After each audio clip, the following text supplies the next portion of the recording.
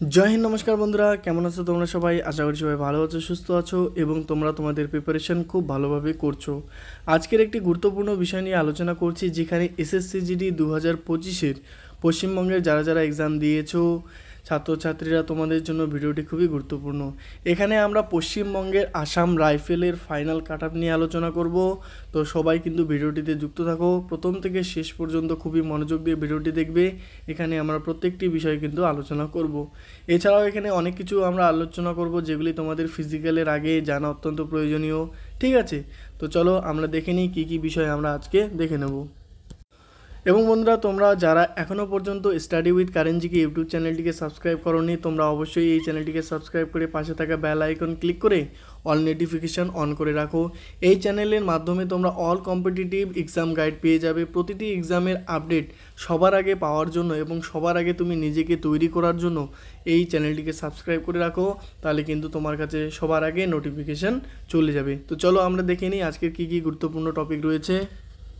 তো দেখো বন্ধুরা, এখানে কি কি বিষয় নিয়ে আমরা আলোচনা করব এটি তোমাদের সামনে তুলে ধরি। দেখো, এসএসসি জিডি মানে স্টাফ সিলেকশন কমিশন, জিডি মানে হচ্ছে তোমাদের জেনারেল ডিউটি। এসএসসি তরফ থেকে কিন্তু প্রায় তোমাদের 6 থেকে 7টি কিন্তু ফোর্স ওয়াইজ তোমাদের এখানে সিলেকশন করে। ঠিক আছে, প্রচুর পরিমাণে ভ্যাকেন্সি প্রতি বছর বের করে, যেখানে BSF, CRPF, CISF, ITBP, SSB, Assam rifle, এরপরে তোমাদের এনসিবি রয়েছে। ঠিক আছে, মানে বিভিন্ন ক্ষেত্রে কিন্তু অনেক ভ্যাকেন্সি তোমাদের বের করে। এই ভিডিওটিতে আমরা ওয়েস্ট বেঙ্গলের আসাম রাইফেলের ফাইনাল এক্সপেক্টেড কাটআপ আলোচনা করব 2025-এর, যেখানে বর্ডার এরিয়া, নকশাল এরিয়া এবং জেনারেল এরিয়া থেকে তোমরা যদি বিলং করো। ঠিক আছে, এছাড়াও বিভিন্ন ক্যাটাগরি ওয়াইজ তোমরা এসসি বলো, এসটি বলো, ওবিসি বলো বা ইডব্লিউএস, ঠিক আছে, প্রতি ক্ষেত্রে কিন্তু এখানে আমরা এক্সপেক্টেড কাটআপ আমরা দেখে নেব। এছাড়াও এই ভিডিওটিতে আমরা কী কী বিষয়ে আলোচনা করব এখানে দেখে নাও। দেখো, 2024-এর তোমাদের টোটাল ভ্যাকেন্সি কত ছিল এটা দেখে নেব, তার সাথে 2025-এর কত ভ্যাকেন্সি রয়েছে এটা দেখে নেব, এবং এদের মধ্যে ডিফারেন্স কত রয়েছে এটাও আমরা দেখে নেব।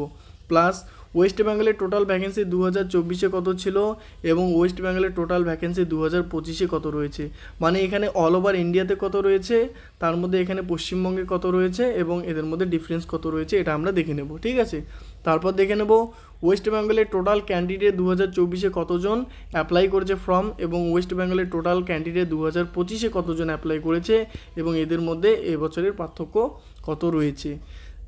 এরপরে আমরা দেখে নেব তোমাদের হচ্ছে রেজাল্ট ডেট, মানে তোমাদের রেজাল্ট কবে এসএসসি পাবলিশ করবে, তার সাথে ফিজিক্যাল তোমাদের কবে হতে পারে এবং কাট অফ এবছর কমবে না বাড়বে, প্রতিটি বিষয় এখানে আমরা দেখে নেব। ঠিক আছে, তারপরে হচ্ছে ইম্পর্টেন্স ডকুমেন্ট কিছু, যেগুলি তোমাদের ফিজিক্যালের আগে কিন্তু অবশ্যই রেডি রাখতে হবে। ঠিক আছে, নাহলে কিন্তু ফিজিক্যালের সময় তোমার সমস্যা হতে পারে। তো A to Z কিন্তু এই ভিডিওটিতে আমরা আলোচনা করব।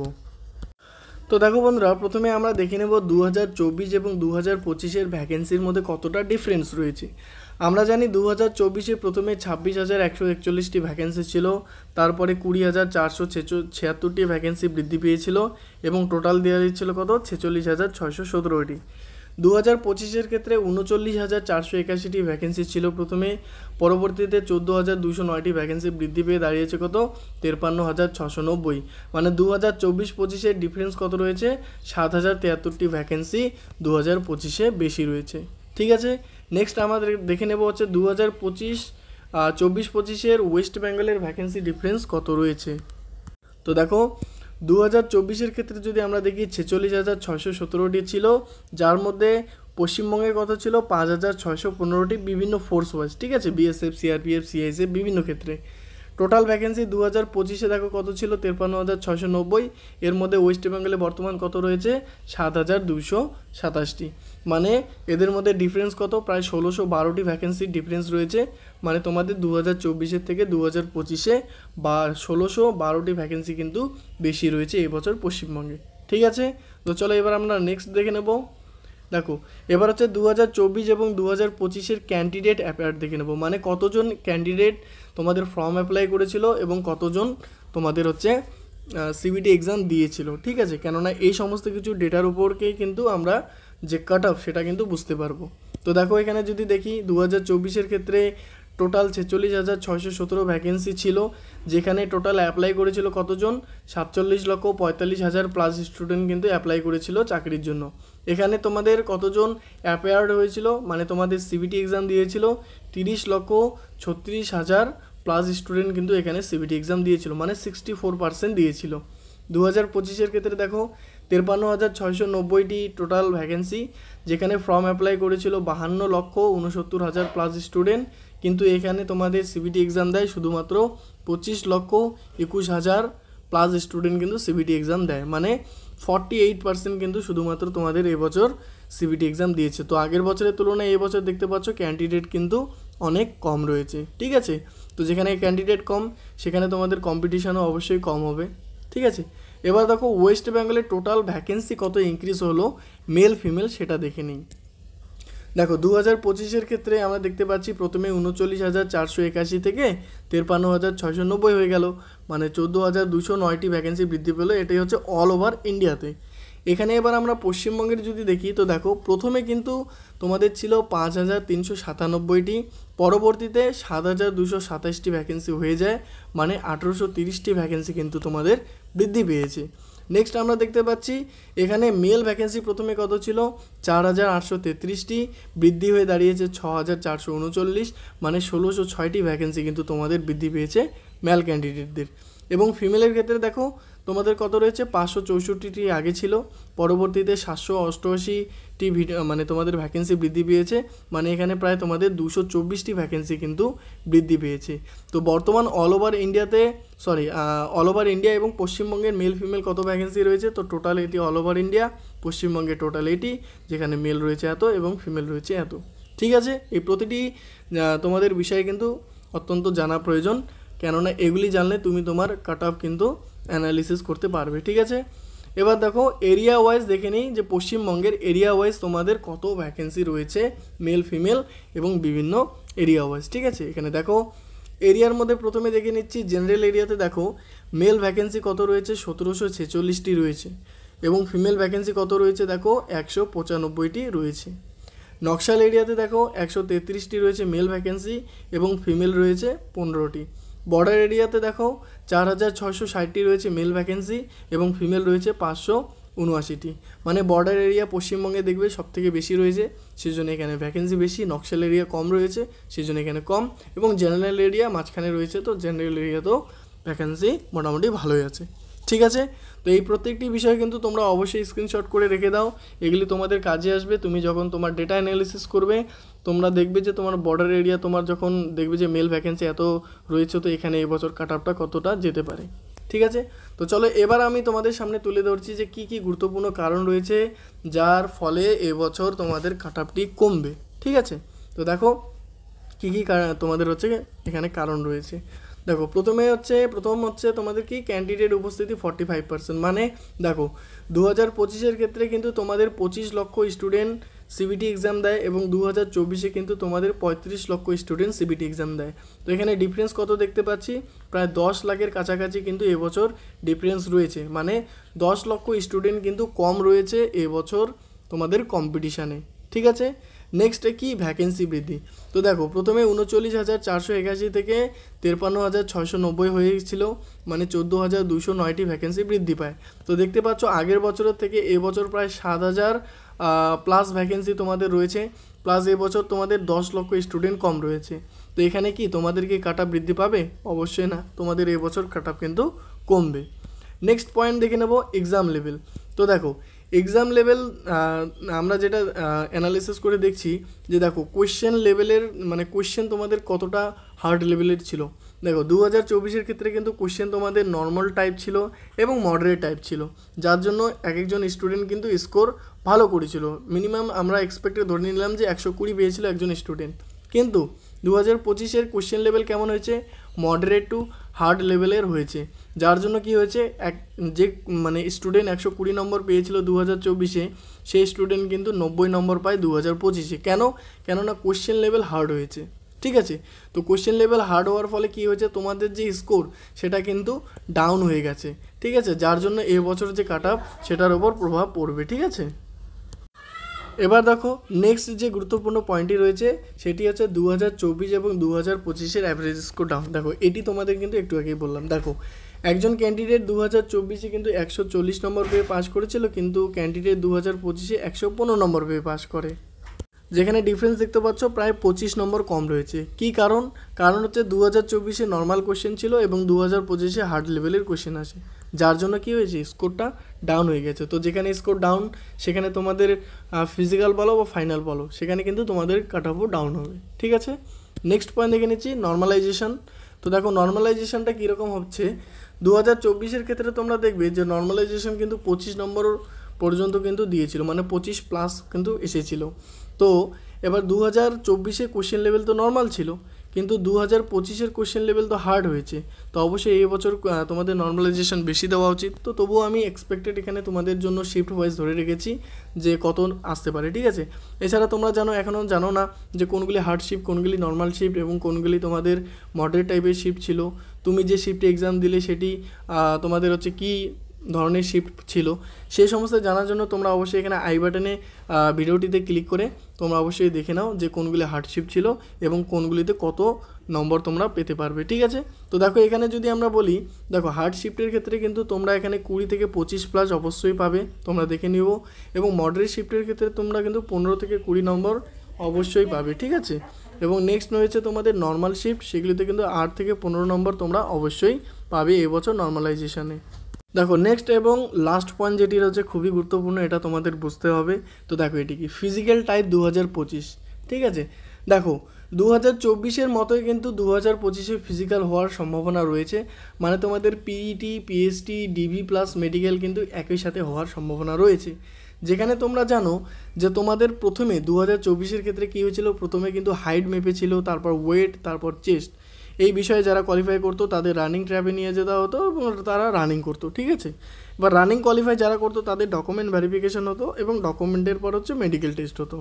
এগুলি করতে 2 থেকে 3 দিন লেগে গেছিলো 2024-এ। তো আশা করি 2025-এও এটাই হবে। কিন্তু 2025-এর ক্ষেত্রে একটি তোমাদের যে পরিবর্তন করা হচ্ছে আর কি, সেটি কিন্তু হচ্ছে এবছর যে তোমাদের ফিজিক্যাল, সেটি কিন্তু ডিজিটালি হওয়ার সম্ভাবনা রয়েছে। মানে কি, তোমাদের RFID চিপ কিন্তু ইউজ করা হবে, মানে রেডিও ফ্রিকোয়েন্সি আইডেন্টিফিকেশান।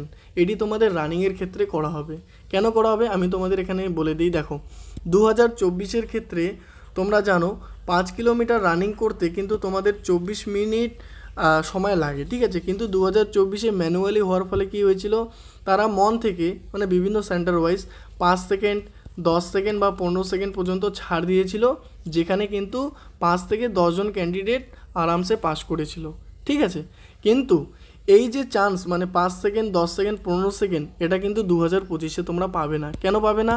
কেননা এর পিছনে তোমাদের রয়েছে ডিজিটাল ফিজিক্যাল, মানে RFID চিপ ইউজ করার ফলে কী হবে, তোমাদের 24 মিনিটের মধ্যেই কিন্তু রানিং কোয়ালিফাই করতেই হবে। তোমরা যদি 24.1 সেকেন্ডও তোমরা এখানে নাও, তাহলে কিন্তু তুমি ডিসকোয়ালিফাই হয়ে যাবে। মানে ডিজিটাল, এখানে কিন্তু ইলেকট্রনিক যে চিপ থাকবে সেটি কিন্তু মিলি সেকেন্ডেরও হিসাব দেবে।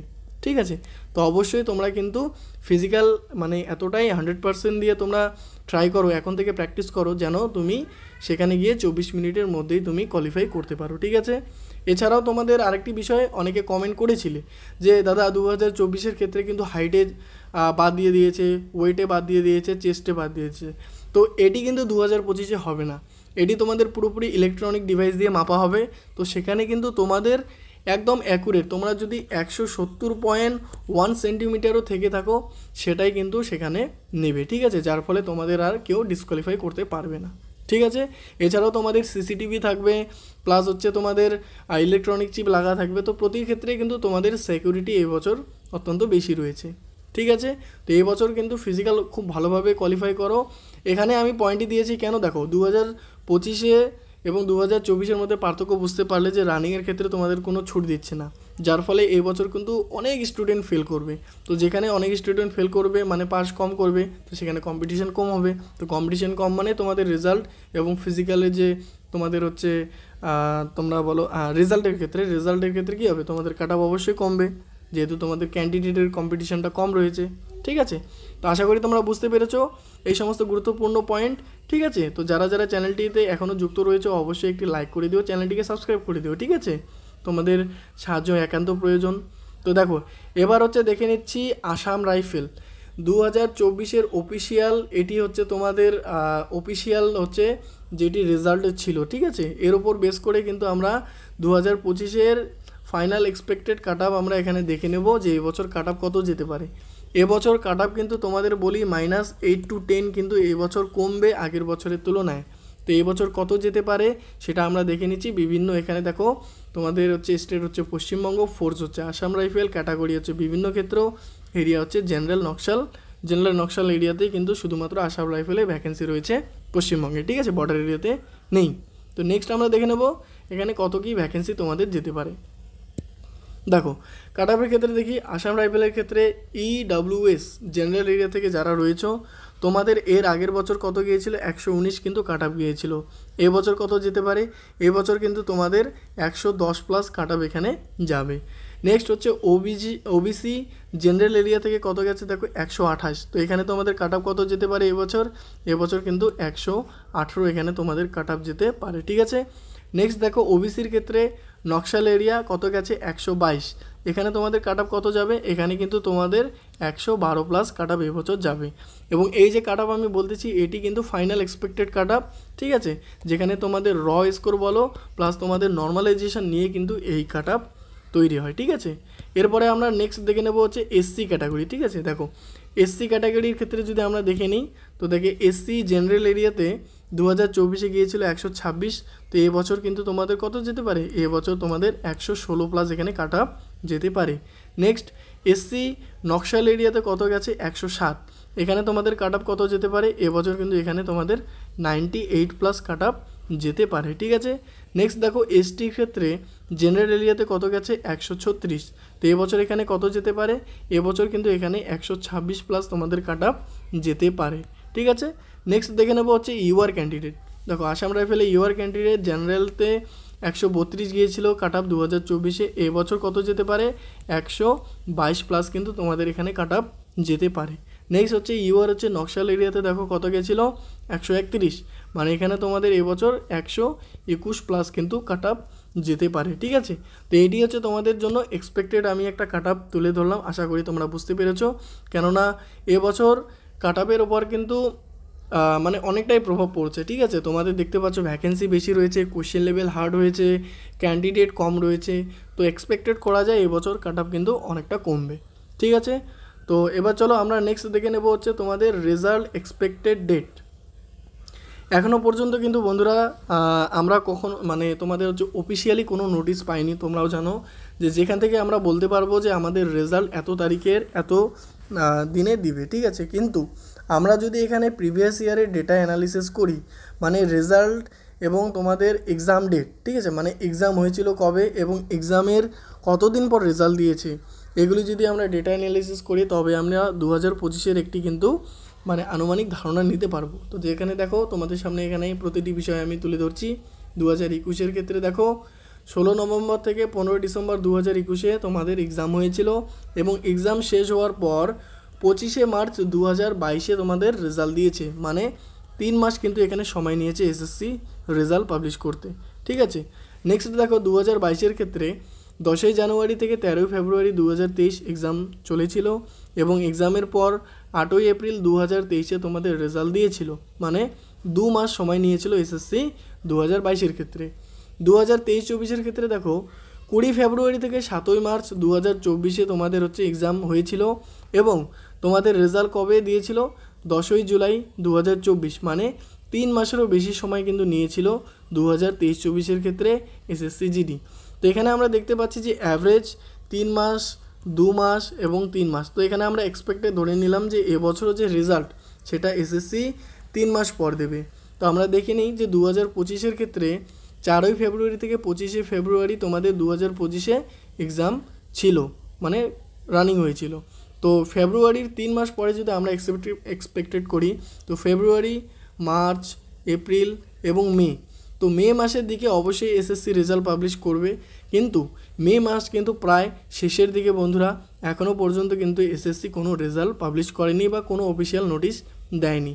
তো আমরা কিন্তু এবছর এক্সপেক্টেড করি যে মে মাসের পর, মানে মে জুন মাসে কিন্তু আমাদের হচ্ছে রেজাল্ট এসএসসি পাবলিশ করবে। তো জুন মাসের তোমাদের প্রথম সপ্তাহের মধ্যে ঠিক আছে, 1 থেকে 7 তারিখের মধ্যেই তোমাদের হচ্ছে রেজাল্ট পাবলিশ করতে পারে এসএসসি, এটা কিন্তু আমরা এক্সপেক্টেড করতে পারি। ঠিক আছে, আশা করি তোমরা বুঝতে পেরেছো।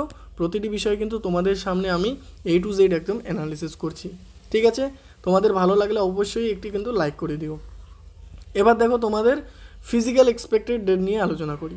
তো দেখো এখানে তোমাদের বলি 2021-এর ক্ষেত্রে তোমাদের রেজাল্ট দিয়েছিল 25 মার্চ 2022-এ, এবং এর ঠিক 1.5 মাস পরে কিন্তু তোমাদের ফিজিক্যালের জন্য ডাকা হয়েছিল। 2022-এর ক্ষেত্রে 8ই এপ্রিল 2023-এ তোমাদের রেজাল্ট দেয়, এবং রেজাল্টের ঠিক 2 মাস পরে কিন্তু তোমাদের ফিজিক্যালের জন্য ডাকা হয়েছিল। 2023-24-এর ক্ষেত্রে দেখো 10ই জুলাই 2024-এ তোমাদের রেজাল্ট দিয়েছিল, এবং রেজাল্টের 3 মাসেরও বেশি সময় নিয়েছিল তোমাদের এখানে হচ্ছে এসএসসি ফিজিক্যাল করাতে। তো 2025-এ কী করাবে? তো দেখতে পাচ্ছি যে এখানে 1.5 মাস, 2 মাস, 3 মাসেরও বেশি সময় নিচ্ছে এসএসসি রেজাল্ট পাবলিশ করতে। তো আমরা গড় ধরে নিলাম 2 মাস। 2 মাস মানে রেজাল্টের 2 মাস পরে এসএসসি হচ্ছে ফিজিক্যালের জন্য ডাকবে। তো এখানে আমরা দেখে নিচ্ছি যে 2025-এর ক্ষেত্রে আমরা এক্সপেক্টেড করলাম যে আমাদের যে রেজাল্ট সেটা হচ্ছে জুন মাসেই পাবলিশ করে দেবে। ঠিক আছে, মানে জুনের যদি প্রথম সপ্তাহে পাবলিশ করে দেয়, তো এখানে 2 মাস পর মানে জুন, জুলাই, আগস্ট। ঠিক আছে, তো আগস্ট মাসের দিকেই কিন্তু আমরা মানে ফিজিক্যালের জন্য আমাদেরকে এসএসসি ডাকতে পারে। ঠিক আছে, এটা কিন্তু আমরা এক্সপেক্টেড ধরে নিলাম যে 2 মাস। ঠিক আছে, তো জুন, জুলাই, আগস্ট। তো তোমরা অবশ্যই কিন্তু ফিজিক্যালের জন্য ভালো করে প্রিপারেশন করো। ঠিক আছে, তোমাদের হাতে বেশি সময় নেই। যারা নতুন রয়েছো তোমাদের জন্য তো এখন থেকে প্র্যাকটিস করা অত্যন্ত প্রয়োজনীয়, এবং যারা আগে থেকে দিয়েছো তোমাদের তো এক্সপিরিয়েন্স রয়েছেই। ঠিক আছে, এরপরে তোমাদের আরেকটি বিষয় বলি। দেখো এবছর কিন্তু তোমাদের দেখতে পাচ্ছ যে অ্যাভারেজ স্কোর কিন্তু অনেকটা কমে গেছে, যার ফলে কী হচ্ছে অনেক স্টুডেন্ট কিন্তু খুবই কম নম্বর পেয়েছো, মানে কেউ 50 পেয়েছো, কেউ 55 পেয়েছো, আবার কেউ 60 পেয়েছো। তো তারা কনফিউশনে আছো যে তোমরা এখানে ফিজিক্যাল জন্য প্র্যাকটিস করবে কি না। তো দেখো তোমরা যারা এই 50, 55, 60 নম্বর পেয়েছো, তোমাদের শিফট আগে দেখে নেবে যে সেগুলি হার্ড শিফট, নর্মাল শিফট নাকি মডারেট শিফটের মধ্যে পড়ছে। তোমরা যদি হার্ড শিফটের মধ্যে পড়ে তাহলে তুমি দেখে নাও তোমার এখানে 25 বা তুমি এখানে 25 থেকে 28 নম্বর পর্যন্ত কিন্তু পেতে পারো। তো এখানে দেখো তুমি যখন এখানে র স্কোর তোমার 50 রয়েছে, এবং তুমি যদি এখানে 25 নম্বর নর্মালাইজেশন পাও, তাহলে টোটাল তোমার কত হচ্ছে 75। তো এই বছর কিন্তু 75-এর মধ্যে তোমাদের ফিজিক্যালে অবশ্যই ডাকবে। তো ডিমোটিভেট না হয়ে তুমি মোটিভেট হয়ে অবশ্যই ফিজিক্যালের জন্য প্রিপারেশন করো। এবছর কাট আপ অনেকটাই কমবে, যার ফলে তোমরা ফিজিক্যালে অবশ্যই চান্স পাবে। ঠিক আছে, এবং ফিজিক্যালি চান্স পাওয়াটাই অনেক বড় কথা যারা প্রথম এক্সাম দিয়েছো। ঠিক আছে, তো আই হোপ তোমরা বুঝতে পেরেছো। নেক্সট আমরা দেখে নেবো বন্ধুরা ইম্পর্টেন্স কী ডকুমেন্ট তোমাদের ফিজিক্যালের আগে তৈরি করতে হবে, নাহলে কিন্তু ফিজিক্যালে তোমাদের সমস্যা হতে পারে। ঠিক আছে, তো এখানে প্রতিটি বিষয়ে আমরা ভালো করে আলোচনা করব, এবং তোমাদের কাছে রিকোয়েস্ট তোমরা যারা এখনও ভিডিওটি দেখছো অবশ্যই একটি লাইক করে দিও, চ্যানেলটিকে সাবস্ক্রাইব করে পাশে থাকা বেল আইকনে ক্লিক করে অল নোটিফিকেশন অন করে রাখো, এবং প্রতিটি মানে তোমাদের যে বন্ধুবান্ধবী রয়েছে প্রত্যেকে এই ভিডিওটি শেয়ার করে দিও, তারা যেন এই সমস্ত কিছু বিষয় জানতে পারে। ঠিক আছে, তো চলো এখন আমরা দেখে নেব ইম্পর্টেন্স কী ডকুমেন্টস আমাদের রেডি রাখতে হবে। তো দেখো প্রথমে কি রয়েছে অ্যাডমিট কার্ড। দেখো তোমরা রেজাল্টের পর তোমাদের হচ্ছে মানে এসএসসির ওয়েবসাইটে একটি অ্যাডমিট কার্ড দেবে, যেটি হচ্ছে তোমাদের ফিজিক্যালের জন্য। তো সেই অ্যাডমিট কার্ড ডাউনলোড করবে, সেটি 2 কপি কিন্তু প্রিন্ট করে রাখবে। তারপরে আইডি হিসেবে তোমরা এখানে আধার কার্ড দিতে পারো, pan card, driving licence, voter ID যে কোনো একটি দিতে পারো, যেটি মানে 2 কপি অবশ্যই রাখবে। এখানে প্রতিটি আইডি কার্ডের তোমাদের হচ্ছে বিভিন্ন যে ডিটেলস সেগুলি কিন্তু সঠিক থাকতে হবে। ঠিক আছে, তোমাদের name, date of birth, address যেন ভুল না থাকে। যদি থেকে থাকে তাহলে তুমি অবশ্যই এখানে সমাধান করে নাও, এখনই তোমার হাতেতে অনেক সময় রয়েছে। ঠিক আছে, এছাড়া অনেকে বায়োমেট্রিক ভেরিফিকেশানটা অনেকে ঠিক রাখোনি। ঠিক আছে, তো অবশ্যই তোমরা আধার কার্ডের বায়োমেট্রিক ভেরিফিকেশান করে রাখো তোমাদের ফিঙ্গারপ্রিন্ট কাজ করছে কি না। ঠিক আছে, নেক্সট দেখো এডুকেশন তোমাদের কী লাগবে। এখানে 10th মার্কশিট তোমাদের অবশ্যই নিয়ে যেতে হবে, প্লাস তোমাদের সার্টিফিকেট নিয়ে যেতে হবে। ঠিক আছে, এবং যারা 12 পাস করেছো তোমরা 12-এর মার্কশিট এবং তোমরা হচ্ছে সার্টিফিকেট দিতে পারো, এবং যারা গ্র্যাজুয়েশন করেছো তোমরা গ্র্যাজুয়েশনের সার্টিফিকেট বা মার্কশিট দিতে পারো। ঠিক আছে, নেক্সট হচ্ছে ডোমিসাইল সার্টিফিকেট। তো অবশ্যই তোমাদের ডোমিসাইল সার্টিফিকেট বানাতে হবে স্টেট লেভেলের। তো অবশ্যই যাদের রয়েছে তোমরা তো ঠিকই রয়েছে, এবং যাদের নেই তোমরা অবশ্যই ডোমিসাইল সার্টিফিকেট বানিয়ে রাখো। নেক্সট কী রয়েছে দেখো কাস্ট সার্টিফিকেট। কাস্ট সার্টিফিকেট তোমাদের অবশ্যই লাগবে। এসসি এসটি ওবিসি ইডব্লিউএস যে কোনো ক্যাটাগরিতেই থাকো না কেন তোমাদের কাস্ট সার্টিফিকেট লাগবে। কিন্তু এখানে কাস্ট সার্টিফিকেট তোমাদের কিন্তু সেন্ট্রাল ফরম্যাটে লাগবে, কেননা এসএসসি জিডি এটি একটি সেন্ট্রাল গভর্নমেন্ট জব, ঠিক আছে, এই জন্য তোমাদের সেন্ট্রাল ফরম্যাটে লাগবে। প্লাস তোমরা স্টেটের যে কাস্ট সার্টিফিকেট সেটাও কিন্তু নিয়ে যেতে পারো।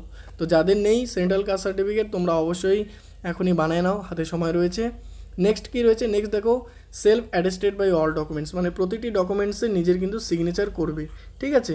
নেক্সট হচ্ছে 6 কপি পাসপোর্ট সাইজ ফটো অবশ্যই রাখবে, এবং অল সার্টিফিকেট 2 কপি সেট, মানে প্রতিটি ডকুমেন্টসের 2 কপি সেট রাখবে যেন একটি হারিয়ে গেলে আরেকটি কাজে আসে। নেক্সট হচ্ছে এনসিসি সার্টিফিকেট, অবশ্যই এনসিসি সার্টিফিকেট নিয়ে যাবে। এনসিসির ছুট পাওয়া, তুমি যদি ছুট পেতে চাও তাহলে এনসিসি সার্টিফিকেট নিয়ে যাবে, এটি অনেক কাজে দেবে। নেক্সট হচ্ছে প্যারেন্টস ডকুমেন্ট, এবং লাস্ট ডকুমেন্ট সেটি হচ্ছে তোমাদের বাবা মার, ঠিক আছে, বাবা মার আধার কার্ড, ভোটার কার্ড বা বার্থ সার্টিফিকেট তোমরা অবশ্যই নিয়ে যাবে। এগুলি মানে কোনো কোনো সেন্টারে কিন্তু চায়, আবার কোনো কোনো সেন্টারে চায় না, তো তোমরা কনফিউশনে না থেকে অবশ্যই নিয়ে যাবে, তাহলে তুমি কিন্তু নিশ্চিত থাকবে এবং তুমি তোমার ফিজিক্যালে মন দিতে পারবে, ঠিক আছে। তো এগুলি হচ্ছে গুরুত্বপূর্ণ ডকুমেন্টস, আমি তোমাদের বলে দিলাম। তো আই হোপ তোমরা প্রত্যেকে বুঝতে পেরেছো। তোমরা যদি তোমাদের ভালো লেগে থাকে একটি কিন্তু লাইক করে দিও, ঠিক আছে। সবাইকে ধন্যবাদ ভিডিওটি দেখার জন্য। জয় হিন্দ, জয় ভারত।